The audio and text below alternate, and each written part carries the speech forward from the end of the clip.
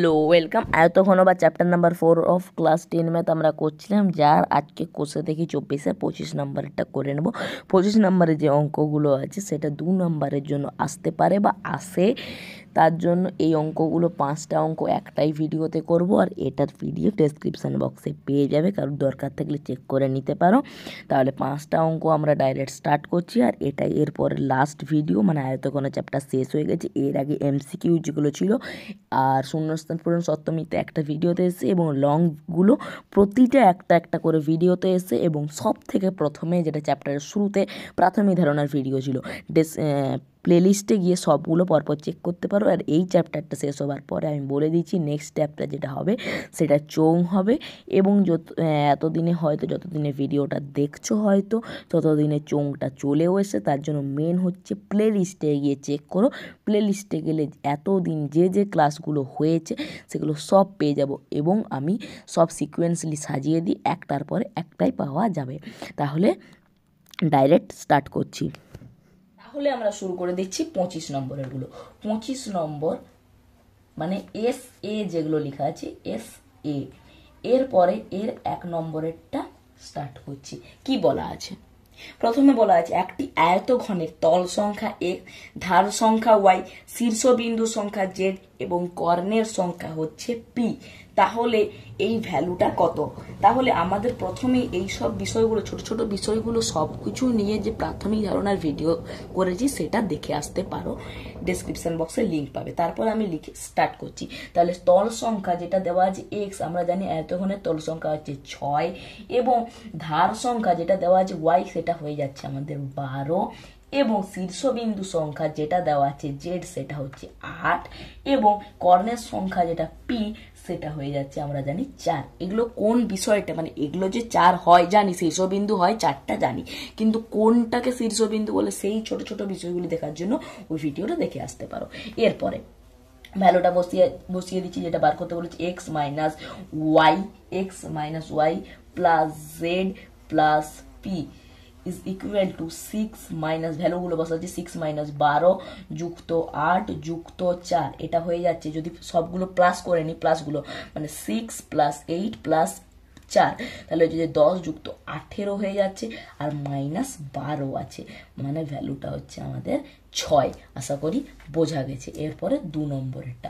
2 নম্বরে বলা আছে দুটি আয়তঘনের মাত্রা যথাক্রমে 4, 6, 4 একক, আর আরেকটা হচ্ছে 4 2h মাইনাস 1, 2 একক, মানে দুটো আয়তঘন দেওয়া আছে, তার দৈর্ঘ্য প্রস্থ উচ্চতা দেওয়া আছে। এরপরে বলেছে যদি আয়তঘনের ঘনফল সমান হয়, মানে তিনটে যদি গুণ করি, মানে দৈর্ঘ্য প্রস্থ উচ্চতা এই ক্ষেত্রেও গুণ করব আর ওই ক্ষেত্রেও গুণ করব, তাহলে আমাদের যে ভ্যালুটা আসবে সেটা সমান হবে। তাহলে আমরা মাত্রাগুলো লিখে নিই। তাহলে মাত্রাগুলি হলো 4, 6, 4 এবং 8, 2h মাইনাস 1, 2। শর্তানুসারে কি বলা হয়েছে?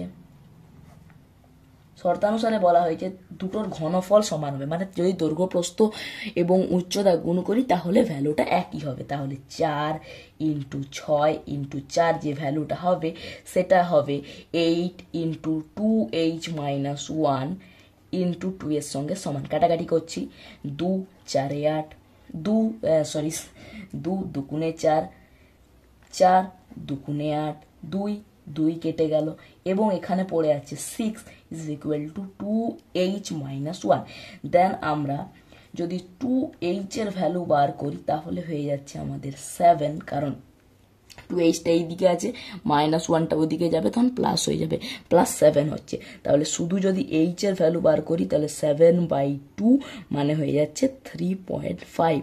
তাহলে আমাদের যে h এর ভ্যালু বার করতে বলেছে, h এর মান হয়ে যাচ্ছে 3.5, এবং এটাকে আমরা এককও লিখতে পারি বা শুধু 3.5ও লিখতে পারি। ঠিক আছে। এরপরে 3 নম্বর কি বলা হয়েছে, একটি ঘনকের প্রত্যেকটি ধারের দৈর্ঘ্য যদি 50% বৃদ্ধি করে তাহলে ঘনকটি সমগ্র তলের ক্ষেত্রফল কত % বৃদ্ধি পাবে, বা শতকরা কত বৃদ্ধি পাবে। দেখো প্রথমেই মনে করি ঘনকের বাহুর দৈর্ঘ্য একটা ধরে নিচ্ছি এ, ধরে নিচ্ছি এ। অতএব সমগ্র তলের ক্ষেত্রফল কি হয় আমরা জানি, 6 ইন্টু বাহু স্কোয়ার, তাহলে 6 ইন্টু বাহু হচ্ছে এ, তাহলে এ স্কোয়ার, তাহলে 6a স্কোয়ার।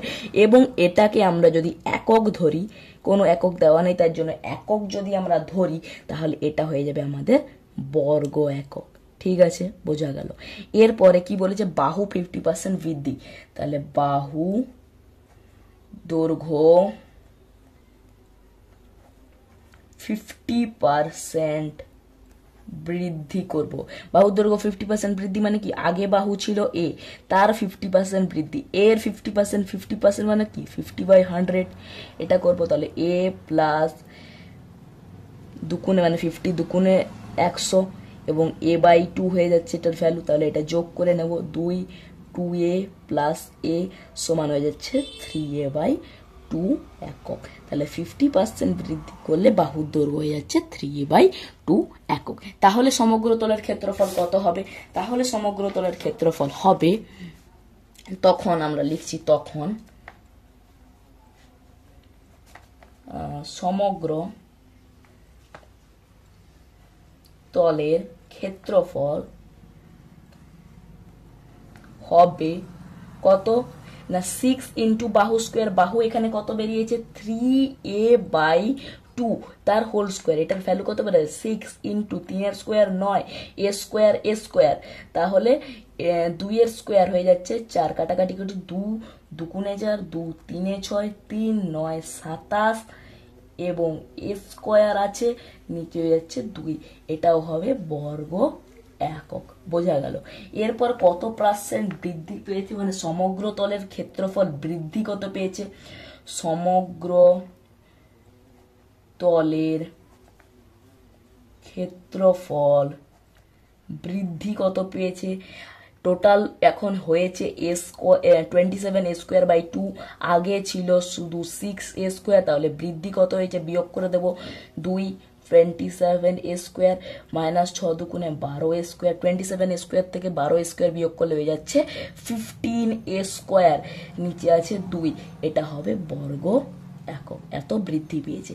এবারে বলেছি যে শতকরা কত বৃদ্ধি পেয়েছে, আমাদের বার করতে হবে টোটালের উপর এতটা বৃদ্ধি পেয়েছে এবং কার মধ্যে এতটা বৃদ্ধি পেয়েছে, মানে কত ছিল আগে সেটাকে এর নিচে ভাগ করতে হবে আর 100 দিয়ে গুণ করতে হবে। তাহলে আমরা করে নিচ্ছি, প্রথমে অতএব শতকরা বৃদ্ধি হয়েছে 15a²/2 ইন্টু কত মধ্যে বৃদ্ধি পেয়েছে, মানে 1/, হবে ওইটা কতর মধ্যে, মেন ছিল আমাদের 6a² ছিল, ইন্টু 100, এটা করলেই শতকরা বেরিয়ে যাবে। তাহলে এটা করি, 50 দুগুণে 100, 3 দুগুণে 6, 3 5 15, a² কেটে গেল, 3 2 25 50, তাহলে 25 5 125, শতকরা বৃদ্ধি 125 বা 125% বৃদ্ধি। মানে যদি আমরা লিখি বৃদ্ধি কত 125%, আর যদি বলে শতকরা বৃদ্ধি কত শুধু 125, বোঝা গেল যে শতকরা বৃদ্ধি 125% না, বৃদ্ধি 125% অথবা শতকরা বৃদ্ধি 125। ঠিক আছে, এরপরে 4 নম্বর কি বলা আছে, তিনটি নিরেট ঘনকের যাদের প্রত্যেকটি ধারের দৈর্ঘ্য, মানে 3টি নিরেট ঘনক দেওয়া আছে যাদের প্রত্যেকটি ধারের দৈর্ঘ্য দেওয়া আছে 3 সেমি, 4 সেমি, 5 সেমি। তাহলে ঘনক 3টি গলিয়ে একটি নতুন ঘনক যদি তৈরি করি, নতুন ঘনকটির একটি ধারের দৈর্ঘ্য কত হবে। তাহলে যে 3টে ঘনক আছে সেটার একটি ধারের দৈর্ঘ্যগুলো লিখে নিচ্ছি। তাহলে 3টি ঘনকের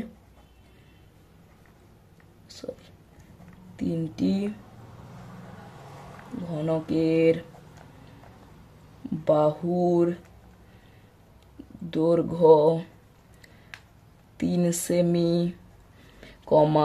4 সেমি, 5 সেমি। অতএব যদি আমরা করি মোট আয়তন, একবারেই করছি, মোট আয়তন। তাহলে যখন গলাবো তখন এর আয়তনটা বার করতে হবে, তাহলে 3 সেমির যে আয়তনটা বেরাবে, তাহলে ঘনকের আয়তন কি হচ্ছে না বাহু তার হোল কিউব, মানে 3 তার হোল কিউব, 3 তার হোল কিউব প্লাস 4 তার হোল কিউব প্লাস 5 তার হোল কিউব। এটা হচ্ছে মোট এর আয়তনটা। প্রথমটার আয়তন এটা, দ্বিতীয় আয়তন এটা, তৃতীয় আয়তন এত। তাহলে মোট আয়তন কত, 3 স্কোয়ার 27, 3 কিউব 27, 4 কিউব 64 এবং 5 কিউব 125, যোগ করলে হয়ে যাবে 216। করে দেখাচ্ছি, এটা হয়ে যাচ্ছে 4 5 9, 9 7 16, 1 1 এই গেলে 3 9 আর 2 11, 1 1 2 216। এবং এটা কি হবে, ঘন সেমি হবে, কারণ আমরা আয়তন বার করছি ঘন সেমি। এবার 216 ঘন সেমি এটা বেরিয়েছে। এবার মনে করি, এখানে মনে করছি নতুন ঘনকের বাহুর দৈর্ঘ্য ধরে নিচ্ছি আমরা এ হবে, এ সেমি হবে। অতএব আয়তন হবে এ কিউব হবে ঘন সেমি। এটা হবে ওর আয়তন, কারণ একটা যদি বাহুর দৈর্ঘ্য এ সেমি হয় তাহলে ওর ঘনফল মানে হচ্ছে আয়তন কত হবে, এ কিউব ঘন সেমি। তাহলে এ কিউব ঘন সেমি এর আয়তন হয়েছে, আর টোটাল বেরিয়েছে 216। তাহলে এ কিউব সমান 216 শর্তানুসারে এই এ কিউবের ভ্যালুটাই হচ্ছে 216। এবার বা দিয়ে এ কিউব ইকুয়াল টু 216 কার কিউব, 216 জানি 6 ইন্টু 6 36 ইন্টু 6 হয়ে যাচ্ছে 216, মানে হয়ে যাচ্ছে 6 এর কিউব। দেন আমরা লিখতে পারি এ ইজ ইকুয়াল টু 6 হলো, বোঝা গেল। অতএব লিখতে পারি নতুন ঘনকের বাহুর দৈর্ঘ্য সমান 6 সেমি। এবারে লাস্ট অঙ্ক, একটি ঘরে দুটি সংলগ্ন দেওয়ালের দৈর্ঘ্য যথাক্রমে 12 মিটার এবং 8 মিটার। ঘরের উচ্চতাও দেওয়া আছে 4 মিটার হলে ঘরের মেঝের ক্ষেত্রফল কত? এটা একদম ইজি কোশ্চেন, কিন্তু কেন দেওয়া আছে? এটা দেওয়া আছে যে দুটো দেওয়াল আছে, মানে আমরা দেখতে পাচ্ছি দৈর্ঘ্য এবং প্রস্থ দেওয়া আছে যেটা 12 এবং 8 মিটার, এবং ঘরের উচ্চতা দেওয়া আছে 4 মিটার। এবং ভূমির দৈর্ঘ্য ভূমির ক্ষেত্রফল জিজ্ঞেস করেছে। ভূমির ক্ষেত্রফল মানে কি, দৈর্ঘ্য ইন্টু প্রস্থ। তাহলে 12 ইন্টু যদি 8 করি তাহলেই আমরা ভ্যালু পেয়ে যাচ্ছি। এখানে উচ্চতার কোনো দরকারই নাই, এই বিষয়টা মেন। তাহলে আমরা যদি 5 নম্বরটা করি, তাহলে ঘরের আমাদের মেন যেটা দরকার, ঘরের দৈর্ঘ্য দেওয়া আছে 12 মিটার, প্রস্থ দেওয়া আছে 8 মিটার। এরপরে যদি আমরা ঘরের মেঝের ক্ষেত্রফল বার করি, উচ্চতার কোনো দরকার নাই, এই দুটো গুণ করব, আনসার বেরিয়ে যাবে। তাহলে মেঝের ক্ষেত্রফল কিছু করার দরকার নেই, 12 ইন্টু 8 করবো, 12 8 96 হবে, মিটার মিটার হয়ে যাবে বর্গ মিটার। একদম ইজি। শুধু মেন বিষয় হচ্ছে এখানে উচ্চতার কোনো দরকার নেই, তার জন্য উচ্চতা নিয়ে মাথা ব্যথা করার দরকার নেই। তাহলে আশা করি বোঝা গেছে। 5টা অঙ্কের PDF ডেসক্রিপশন বক্সে পেয়ে যাবে, চেক করে নিতে পারো। Thanks for watching.